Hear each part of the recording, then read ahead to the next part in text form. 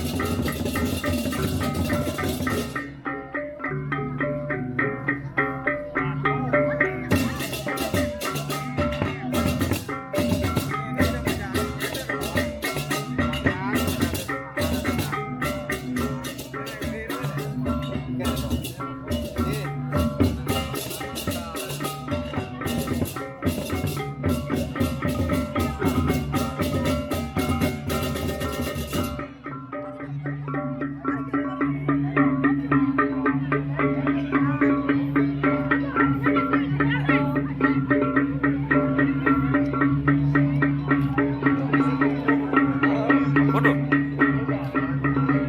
Ini keleket.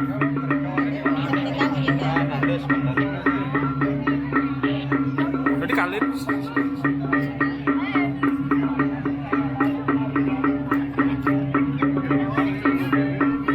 Jelek banget.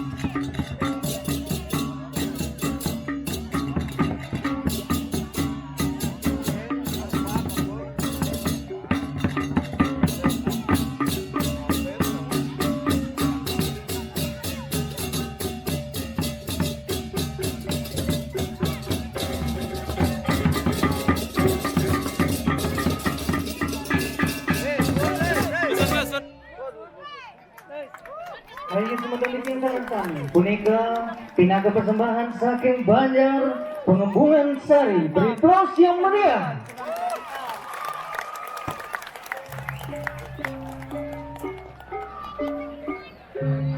Sampunang mewali dumun riantukan jadi katuran Pelaban Mancuwarna.